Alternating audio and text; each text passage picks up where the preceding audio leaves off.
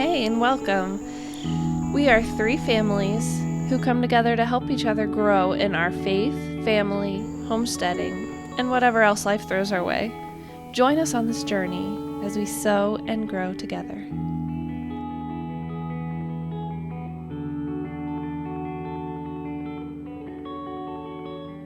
Hey guys, Cassie Garcia here with Sow and Grow Together, and I wanted to take a minute today to talk about sunflowers and one specific pest that we had at the beginning, and that would be ants. And I will say it actually was not the ants themselves, but an entirely other pest, which we're also going to talk about.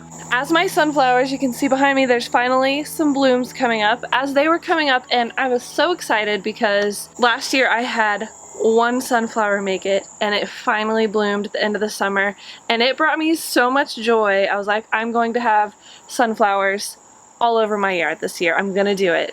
And we've been patiently waiting and watching and trying to minimize pest problems and any other issues so that we could really enjoy the sunflowers because they are beautiful.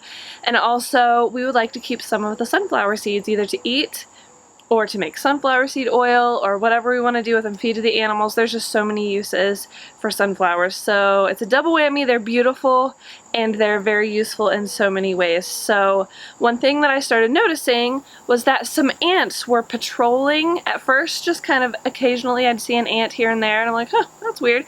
And then I noticed more and more to where it was becoming almost an infestation, and it didn't seem to me like they were eating the leaves or doing anything particularly harmful. It got to where on every single leaf there were ants, and then more and more, and I was concerned.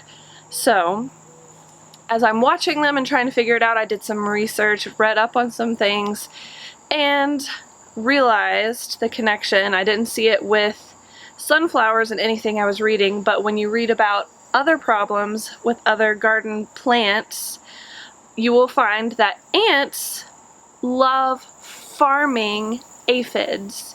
And that sounds very weird, but ants love farming aphids because aphids poop this lovely little sugary nectar that the ants think is wonderful. Sounds gross. So the ants will actually carry aphids up into a plant and keep them happy and keep them nice and satisfied, and the aphid goes around and eats parts of the plants, removes moisture from the plants, and then that makes them have this lovely sugary nectary poop. And the ants will patrol the leaves. They will actually march along the edge of the leaves. They will march up and down the stem of the plant. They will watch for aphids, make sure they're good to go, and eat their poop. A few ants here and there, not really a problem. A few aphids here and there are not really a problem. But I was noticing even in my garden and the rest of my garden, there are certain plants they are very much attracted to. One plant that the ants have loved in our experience this year is the nasturtium. I planted a bunch of nasturtium seeds. They were just beautifully flowering. I had some in pots and some in the garden. And then all of a sudden one would be shriveling up and dying, and I look closer because, you know, I just kind of see a bloom. You run about your day. Oh, that's pretty. But look a little closer and there were black specks everywhere. Those are black aphids. I did not want that to happen with my sunflowers because just really excited about them. And now they are at this point very well established, so even several ants, several aphids are not going to do a whole lot of damage to the flower that I want. But towards the beginning when they were growing, that was a concern for me. So there are a couple ways that I'm going to talk about dealing with that as a problem preemptively before they damage a plant beyond repair. One of the first things I did when I noticed there were many ants on every single plant was I got diatomaceous earth. Diatomaceous earth is a natural substance. It's not a man-made chemical, and you can get food grade. What it does is actually a physical thing. So the really fine powder actually has microscopic sharp edges, basically. It harms anything with an exoskeleton. So any sort of insect it's going to harm. Now, I do not want that on my blooms because I want all the bees on my blooms. I want them there pollinating those flowers. But before the blooms came, I was not worried about that. Pretty much the only insects that were coming around were pests at that point. So I just sprinkled diatomaceous earth over everything. Now, that is not something that I would have my kids help with because even though it's not harmful, it's probably in some of the food you've eaten today. There's a certain amount in all kinds of flour and anything, dry goods. They probably have sprinkled some food grade diatomaceous earth. It's not something that's harmful in that way. But it is a little abrasive if you breathe in particles that have gotten into the air. It's another reason you have to be careful if you're like putting it in a chicken coop, because birds have very delicate lungs, and so do children.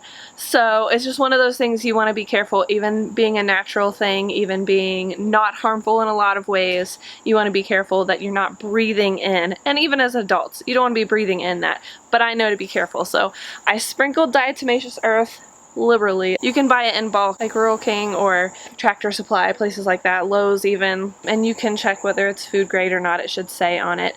But I sprinkled it liberally across my plants, my sunflowers, on the leaves. I tried to get like up underneath the leaves because that's where they were oftentimes. Then I left it alone for about a week. Another thing about diatomaceous earth is it's not helpful if it's wet. It only works when it's dry.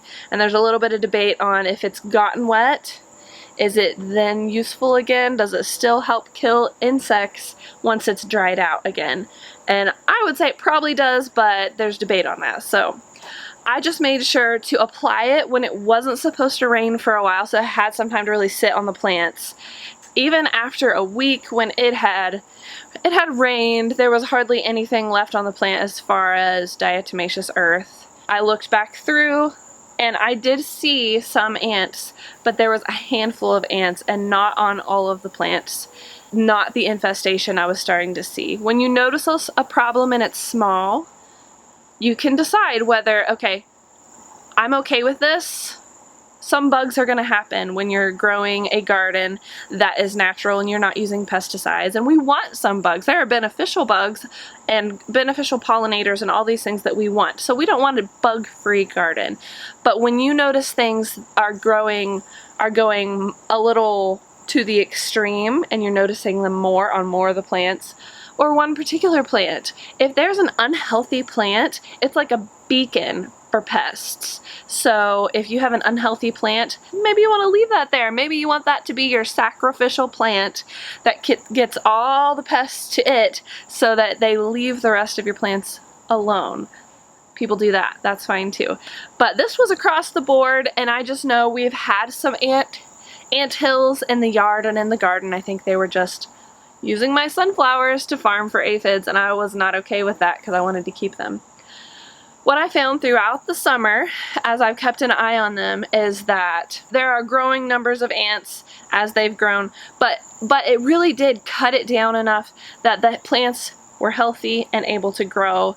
And now I'm looking now and I see a couple leaves with several ants farming away, or some spots where there's little clusters of them, but it's not across the board, and it's not a problem I'm really worried about. And the plants are healthy-ish. Turns out we had a much larger pest in our garden than I anticipated. We have goats, and while I have a fence between them, they're supposed to stay in their fence. They do not. But I have another fence around our garden to help protect it from the goats or the chickens or rabbits or whatever comes around. And because it's right up against the fence, they have been picking the leaves that they can reach through the fence, and they've actually killed some of my sunflowers. So goats are worse than aphids when it comes to demolishing plants, but that's a video for another time. But as far as ants go, another option, totally different option, would be sprinkle some things that deter ants that they do not like. So that would be things like cinnamon or pepper, things like that. If you sprinkle them, they're supposed to be repelled by that kind of the strong smells. a third option, and this is the option we use when they start getting into our kitchen, and it has worked really well. If we have some ants, I've used it with the big carpenter ants that we had earlier in the year, and then even with the really small ants that have been getting in. Kids drop crumbs, whatever, like the ants come in, and before you know it, you've got little rows of ants. What we did was we mixed something called borax and sugar. So obviously the ants are attracted to sugar, they love it.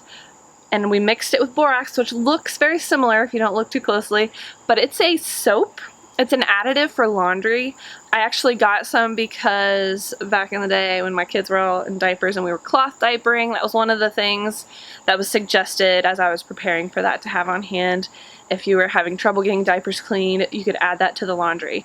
I didn't end up using it, so you can also use it for crafts. I have heard you can make slime, like the kids stuff, so there's that too. But we had a box that had been around for a while. I mixed some with sugar, and I actually put a couple little plates with some of that mixed out in the garden at the base of my sunflowers at one point, and then we have also used it in the kitchen. I had it on a little plate, but it ends up getting spilled because people are running around. So I just sprinkle it along the edge of the room where they're patrolling. They bring the borax back to their nest, and voila, everybody dies.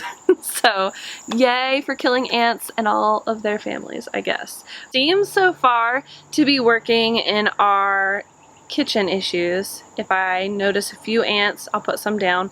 Then you have to kind of be patient because it does attract ants for a bit.